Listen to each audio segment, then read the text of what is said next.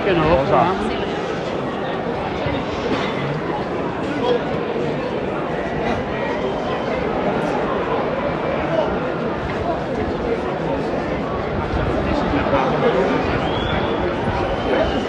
No, just leave him, cunt, innit?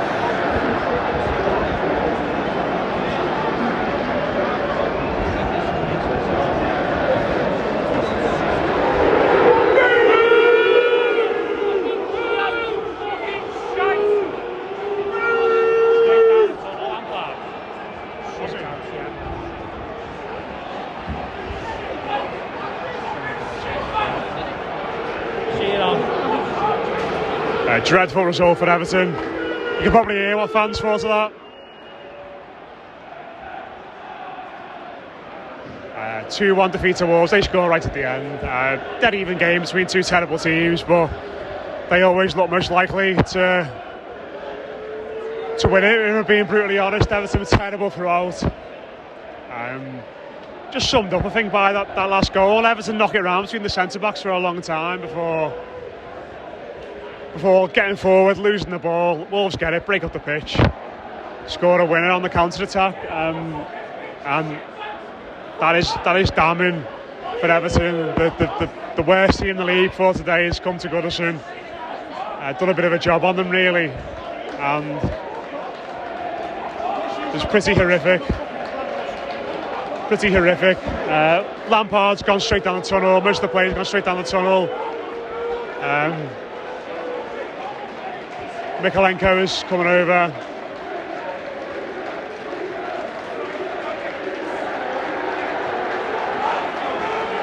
Wolves fans giving it loads, obviously. I think they probably just deserved it out of the two teams. But it's brutal. Home game is the bottom of the league. City away to come. You know, stock up on your blue flares in May. A bit speechless, I think, so far after that. I hope Mark Mosey, Matt Floss have got better words to say. Because, yeah, horrendous, but yeah, speak to you soon at Denby Castle.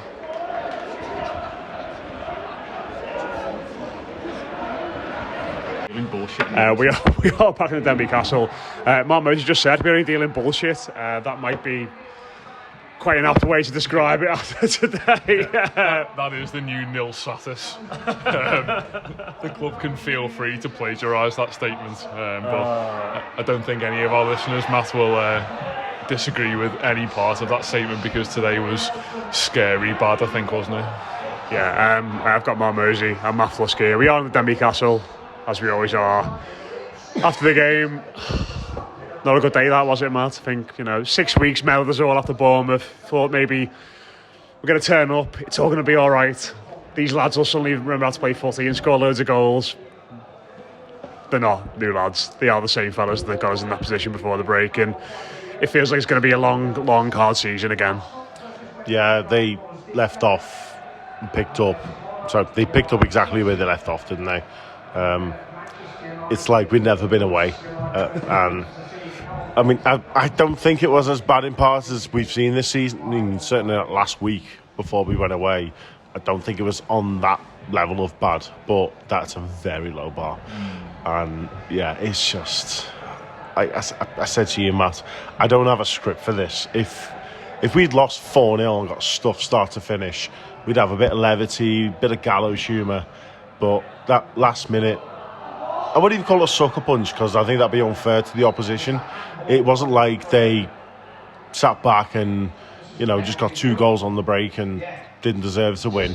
I don't think anyone really deserved to win that game. No one really deserved to lose it, but that's what happens in those last seconds when they take the chances and we don't take our chances across the 90 minutes. That's what happens, and to lose a game like that in the last second, it's just...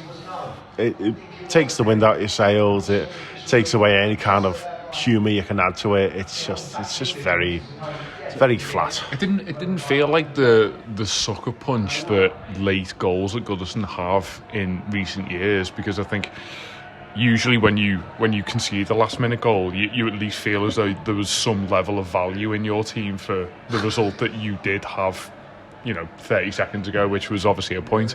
I just kind of thought, well,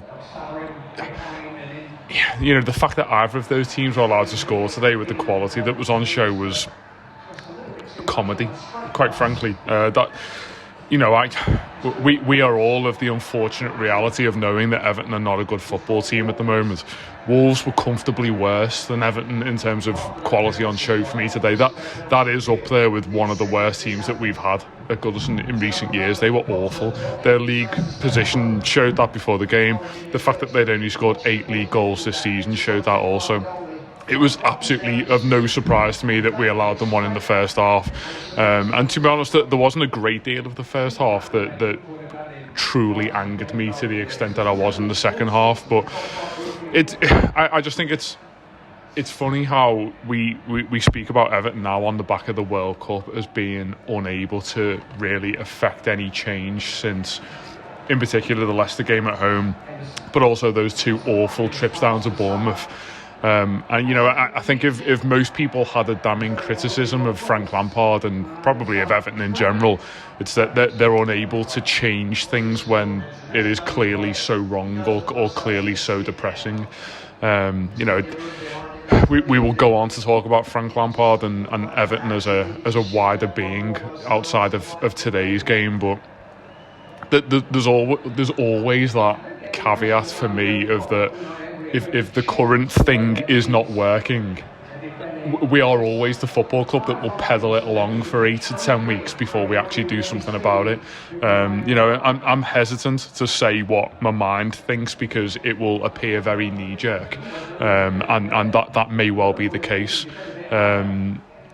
If you ask me, in reality, do I see what we have here now working, whether that's in playing staff or in coaching staff? I'm very hesitant to say yes, because it feels like for me that Everton are still, we are still approaching games and we are still playing games this season like we were when Frank Lampard came in.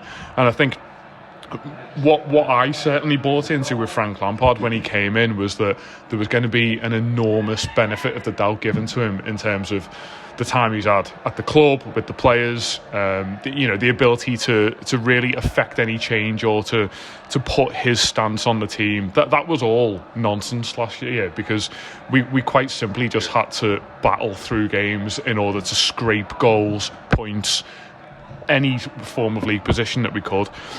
Nothing's changed this season.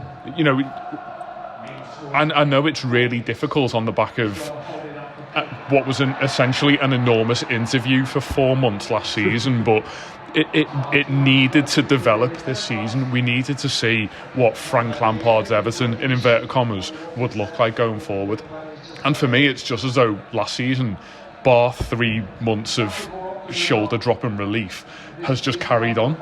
And we are just consistently pedalling through the shite to ultimately get nowhere.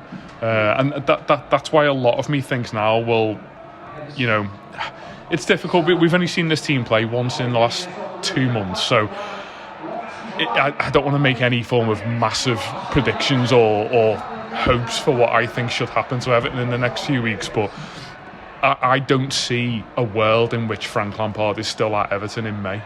And whether that's because the club have changed him in January, March, or we've allowed it to get to the extent where we're still 17th in April and we've got 4 games left to save our season, and we go down some panic button route of getting him out and just getting, as the Allardyce appointment was, as the Duncan Ferguson appointment was, in what world does Frank Lampard stay at Everton? If there's a notable increase in performance and a real positive change between now and late February, say, the fixture list flashed up on the screen in the pub after the game. What have we got there? Liverpool, Arsenal, Man City. Yeah, you're looking at Brighton and Southampton as being the opportunities for points. And I'm struggling, having just played the worst team in the league and been beaten by them at home, to suggest that we've got anything about us. I know that there are playing staff challenges there. We clearly need attacking players. There's a number of attacking players that we currently have which are championship fodder, and that is ultimately why we are where we are. But I just think I like to try and step back from the playing staff and think, is everything we've got as a setup, is that going to progress us? I like Frank Lampard. I wanted him to come here when we appointed him, and again, I'm holding back from saying that we should get rid of the fella having lost one game in 8 weeks, but. It's 4 in a row.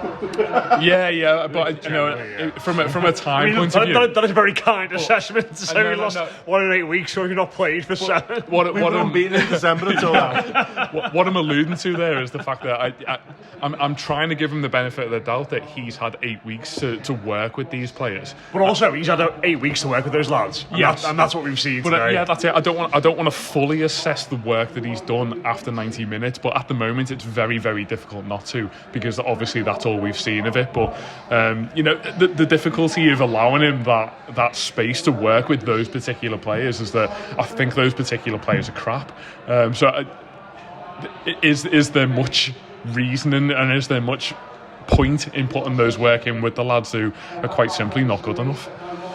Yeah, to sort of go back to the boxing analogy you both sort of laid out before, it felt to me like two blind fellas fighting each other for 89 minutes, and then one of them suddenly just lands a knockout blow out of the blue. And I think probably of the two teams today, Matt, we had chances in the first half, but I think in the second half, it always felt like, as the game went on for me, that they got better and they brought on players in Matheus Nunes and Traore and Jimenez that would walk into our starting 11. Jimenez actually come on in the end? No, sorry, not Jimenez. Guedes. He wasn't out. Guedes. Those are lads ultimately that would walk into our starting 11, and then I mean that's the thing for me. It's like, as much as we can talk about Lampard and tactics and setups, etc., and we all know everything has been mismanaged for years and years now, but I was just.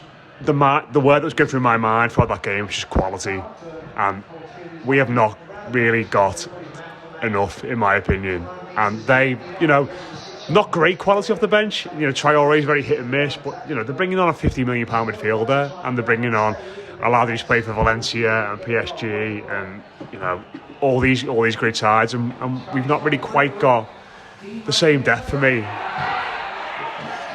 I wouldn't even use the word quality, to be honest. And like you said, £50 million midfielder, like fees don't really mean nothing these days, as we know. Clubs overpay. It's not even quality, it's competency, it's adequacy.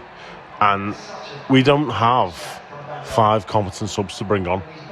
Like, we don't even need, only the absolute top 6, top 4, top 3, top 2, whatever teams. Only they really have quality to bring off the bench. But no, Wolves did today in their bottom. That wasn't quality, it was competency. They don't have, obviously, you're right in saying a lot of those players will get into our team, but that's not quality in the Premier League sense. They have players who can come on and shore up a game and, see it out, move it on a little bit. But we don't even have that. We don't have 5 subs who can come on. We brought on Tom Cannon today, who we were all delighted to see, but that is a Hail Mary pass in the NFL parlance. That's a roll of the dice. That is all we've got to bring off the bench. You've got competency in the American parlance, Rob Vera language, and you've got quality, and we don't even have the competence. We don't have 5 players to come off the bench who've got 150 Premier League games under the belt, who can just come on and, the one. What's happened to him? Well, I mean, that's a whole other podcast, isn't it, really? But it's you talk about squad depth, and when you're talking about building the squad with depth, and those heady days when you had fellas saying we don't want to qualify for the Europa League because we haven't got the squad depth, blah blah, Thursday night games and all that crap. Yeah, bring that back, please. You're talking about having 26, 27, 28 first team capable players. I think right now in that squad we've got no. Well, I mean, if you take as read the 11 that start today, or inverted commas, scare quotes, you can't see this because it's an audio medium, first team players, we've got 14, 15 maybe. We haven't got 5 to come off the bench. We certainly haven't got, if someone gets injured, another 5 in reserve. The thing is though, that is not far off. Bring in Cody maybe and bring in Calvert-Lewin. That is our best team. Yeah, I think it's Maybe Gray starting for Neil. It's probably insulting to previous squads we've had to even have the conversation about Everton's squad depth at the moment, because as you've both rightly said, the conversation about who we bring off the bench, for example, that for me is just null. The 11 lads who are on the pitch, I'm not even going to bring Jordan Pickford into this because he's comfortably our best footballer. The 10 outfield players who we've got, that they are so clearly not up to it. I mean, there are a few players there who we are all willing to buy into. Someone like Onana, for example, who had a terrible game today. We obviously haven't seen enough of this lad, and there are specks of quality. James Tarkowski, Nathan Patterson, everyone was the worst version of themselves today. But unfortunately, on the other end of that scale, there are players that are just simply not fit for purpose. We just spoken there about European qualification. I see players like Maupay, Mykolenko, Dwight McNeil. They're the lads who, in the Europa Conference League, hopefully in 4 years' time, you'd be looking at playing out the last fixture because you've qualified after 5 games. That is the only place for those people. Dwight McNeil can't run. Neil Maupay, regardless of why he was brought in, this weird...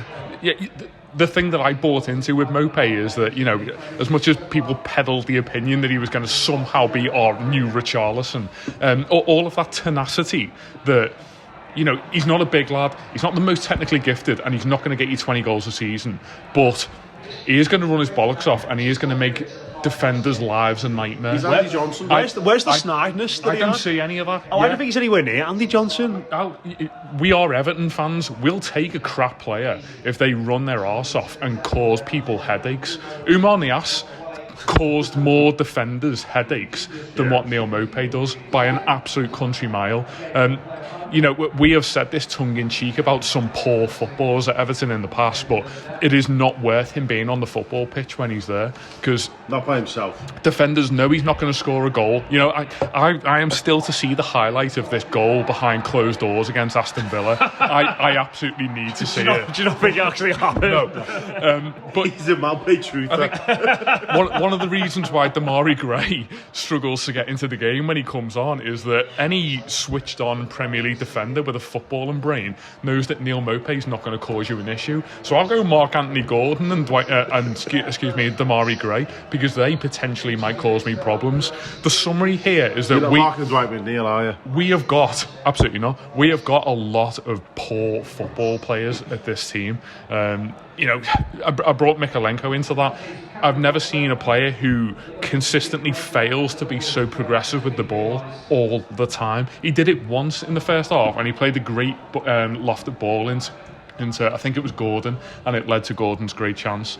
At every other opportunity, when the ball's played out wide into his feet, he looks for every single possible reason to come back inside or go back to Tarkowski. That level of fear that he plays with, and I genuinely do think it is fear, we saw for the entirety of stoppage time today, where I don't think Everton managed to get over the halfway line between Tarkowski, Godfrey. It was just a lot of lack of accountability for senior players to actually take control of a game that needed that and take us up the pitch. We're totally lost. Well, their goal actually comes from us having possession for about 30 seconds and going centre-back, full-back, centre-back, hold midfielder, centre-back, and then everyone's getting aggy, aren't they, being like, what are you doing? Get it forward, we're trying to chase a goal here, and then we knock it forward, inevitably lose the ball, they go bang, bang, bang, bang, and it's a goal. But everyone knows the reason why those situations happen between, who was it at the point, Tarkowski and Godfrey. The reason why that doesn't happen is because there's absolutely nothing ahead of them. There's no midfielder who wants the ball, isn't there? I don't blame those two centre-halves for that at all. Tarkowski actually tries to play a pinged out ball to Patterson at one point, doesn't he? It was the only option. But, there's an identity crisis in our midfield at the moment in terms of who's actually meant to do what. I know Idrissa Gueye's gone off at this point, but at that point you've got Onana, who for my money, in the 93rd minute of a game we're losing to the worst team in the league, should probably be up front. It's not the player that we wanted to sign, but use his capability while you've got it. Alex Iwobi's playing left back because he's seen Idrissa Gueye do that earlier in the season. He's seen Wayne Rooney do it earlier a few seasons ago. We have a left back. We need some form of purpose and some form of structure there. And I think throughout the whole game today, I don't know what people were expecting when we signed Idrissa Gueye and Onana, but I expected Idrissa Gueye to be the 6 and for Amadou Onana to be the 8. Well, Garner's never been that player, has he? He hasn't, but that is what we bought into. I don't want Onana picking the ball up off the back 4 because it gives me the creeps. I don't want to see that lad. There's a level of technical ability there, but we did not sign him, certainly from my point of view, to sit directly in front of the back 4 and get involved in that level of play. The best arguably one of the best we saw of Onana was in his very first game at Villa Park, when we got 10 minutes of him breaking into the opposition box, causing issues, setting up what was ultimately an own goal, but he is clearly capable of causing problems. The only problems he caused today, sitting in front of that back 4, were for ourselves. And I think there are times this season where we were able to sit back and say, regardless of all the issues, those 3 lads in the middle, that they'll sort it for us, they'll carry us. They're the first 3 names on the team sheet. And I agree with those names, but the way that they are utilised is the major problem for me, and that ultimately is always going to backtrack towards Frank Lampard.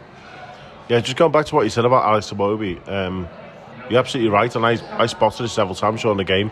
Iwobi is our only central midfielder who can make, out of that starting 3, Iwobi, Gana Gueye and Onana, he's the only one who can really make a proper progressive pass and set up a really threatening chance. Like, we've seen all the stats this season, most or second most or third most, whatever it is, key passes.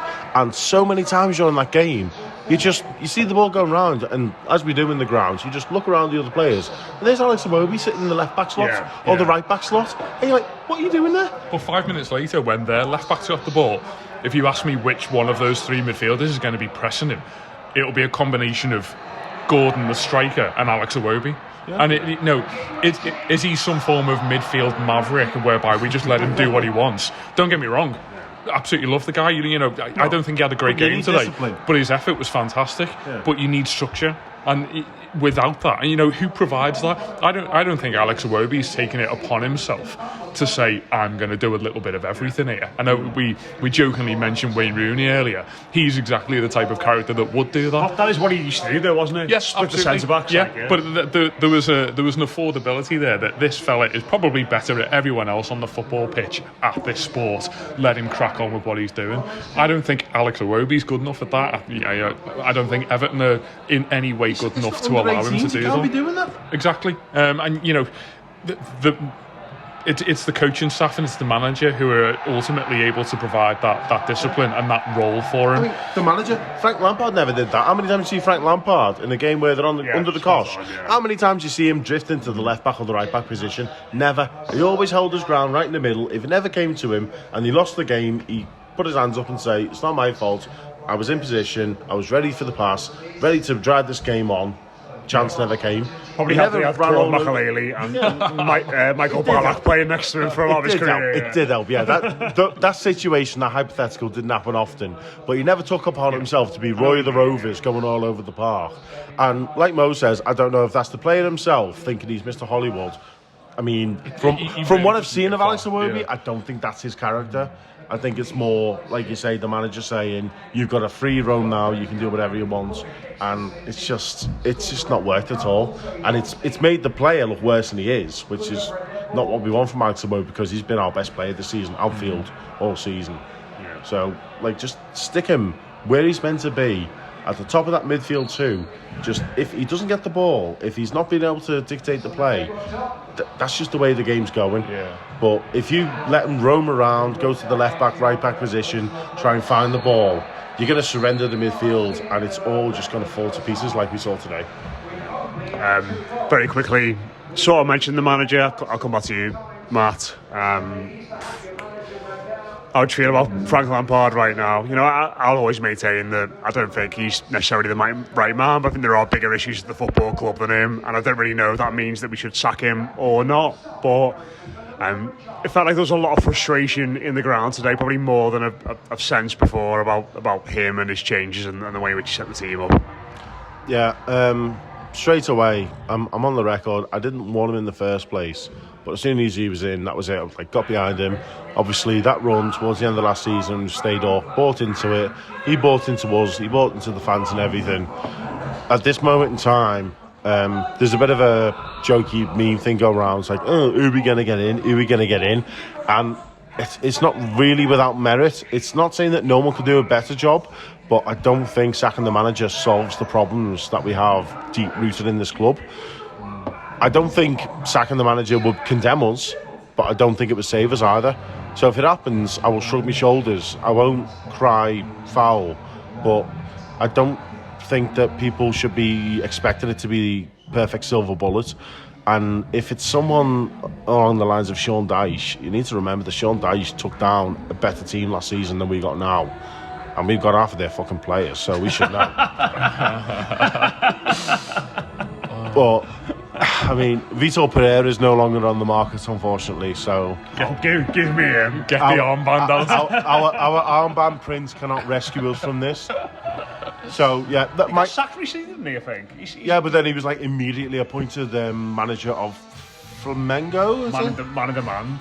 God. Whoever Everton plays for, like, the joke was he's finally managing Everton. Everton Ribeiro. Yeah. But yeah, my stance is if he gets sacked, then I can understand why it's happened and I won't cry foul, but I just don't think it's even remotely the solution ultimately to our problems. Not only because we made quite a few signings in the summer, the likes of Dwight McNeil and Idrissa Gana Gueye, who, again, my opinions of a match for public record. We have to start, as fans, like, not just focusing on the manager and the ownership and everything like that. Like, we have a director of football. He has a name. It's Kevin Felwell. Why is nobody questioning the decisions he's made? He's supposed to drive the entire strategy and philosophy of the football operations. The problem with that is that you know, I don't know anything about running a football club, but that strikes me as something that takes time. And you know, it's a massive catch-22 at Everton because we need impactful and rapid change, but we are... If there's one thing... That's always going to be the club's issue, though, isn't it? We are straddling them two horses now. It's like, you've got to stay up every season, otherwise you are in financial oblivion. But you need to be in 5 years. But also, you need to make all these long-term plans and like make sure you're good for the future. I've got to throw it in there. If your two keywords, if your hot buttons in business parlance are impactful and rapid, that is not Dwight McNeil. I mean, that's difficult to disagree with. It's not. Like, he's neither of those things. He cost us the thick end of £20 million. He'd just gone down. He played every game last season. He didn't score a goal and he assisted one. And he got loads of chances created from corners because he took all of Burnley's corners. But we've seen him now, like, with our own eyes. Obviously, as football fans, most players for other Premier League teams, we see them twice a season, really. We've seen him now in so many home games, and we saw him today with a couple of chances. There was one where it bobbled off Gordon and fell right in the middle, and Dwight McNeil should have been right there, and he's jogging on it. Yeah. He's one of the slowest wingers I've ever seen, and honestly, I reckon he should have been reverse Gareth Bale about 6 years ago. And given that he's only about 22, like, that's saying something. He probably should be a fullback. We need one. Yeah. Do you think you beat Billy Ettenhoff in a race? No, never. Do you think Billy's beat him in a race? If you want to turn this into a Billy Lettenov should have played in the 10 role, then we can expand the podcast for the rest of time. Just before we go, though, Rose, on Lampard, what are you thinking right now? I'm trying to not think about what I'm thinking right now, and I'm trying to be relatively rational about it. You know, it's okay. Just say it. It's all right. Let's not have the conversation of should he be sacked immediately or should he be sacked in the next couple of games, because the reality of that is, even if Everton lose every one of those games, he's going nowhere for a few weeks. If he is, who would you replace him with? I mean, you're looking at me like you're interviewing Kevin Fowler, and I don't Tell like the it. listeners. My big issue is that I don't think he's tactically good enough to improve Everton or himself enough for the situation that we're currently in to change by March or April. And if Everton are still in the situation that they're in March or April, then Frank Lampard will be sacked. So why not do it earlier? That's the big catch-22 that's going on in my head at the moment. Again, you know, this is an incredibly fickle sport, and things can change very quickly. If we get 6 points in those 2 incredibly easy home games we've got at the start of January, then things could change. What about the incredibly easy away game we've got on New Year's Eve? Yeah, well, I mean, send the under-12s for that, because little draw. absolutely none of us care about what happens in that game because we get absolutely spanked. Holy fuck. I'm still. I still don't know if Frank Lampard's a good manager, and I feel like I should know by now. You know, we're all incredibly grateful for everything that happened in the last kind of few weeks of last season, but that's not a way to live your life. That's not a way for a football club to exist. You know, that there has to be. That was 7 months ago. And in that time, have we seen any football in progress at all since he came in? Have we seen any progress? There's one game against Palace, and that's it. That is the one that people hold up as the example of what this all should look like. The home game against Palace. Yeah. We were absolutely dreadful in the first half. No, the 3-0. Excuse me. Okay, yeah. And you know that was brilliant. I just don't think he's given as much as he should have done by now for us to buy into. You know, last season was an anomaly. Emotion will carry you so far. Emotion will carry you too far with this football club. If his predecessor wasn't Benitez, where would he be now?